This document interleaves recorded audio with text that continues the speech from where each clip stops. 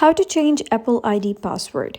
Hello guys and welcome back to the channel. In today's video, I'm going to give you a step-by-step guide on how to change your Apple ID password on an iPhone to keep your account secure.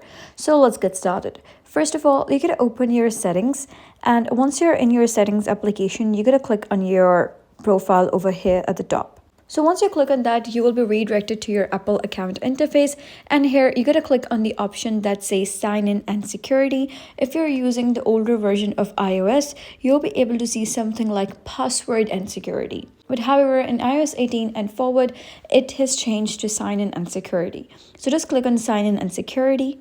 So once you do, you will be redirected to the sign in and security interface. So here you'll be able to see an option that says change password under the security option. So just click on change password. So once you do so, you gotta write down your iPhone passcode. So this iPhone can be used to change your password because you're signed into iCloud and have a passcode enabled. So just type down your phone's passcode.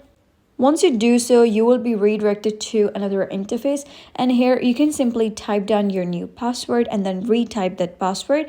And you need to make sure that your password must be at least 8 characters long, include a number, an uppercase letter and a lowercase letter to make your passcode secure and free of hackers. So just click on continue, and once you do so, your Apple ID password would be changed.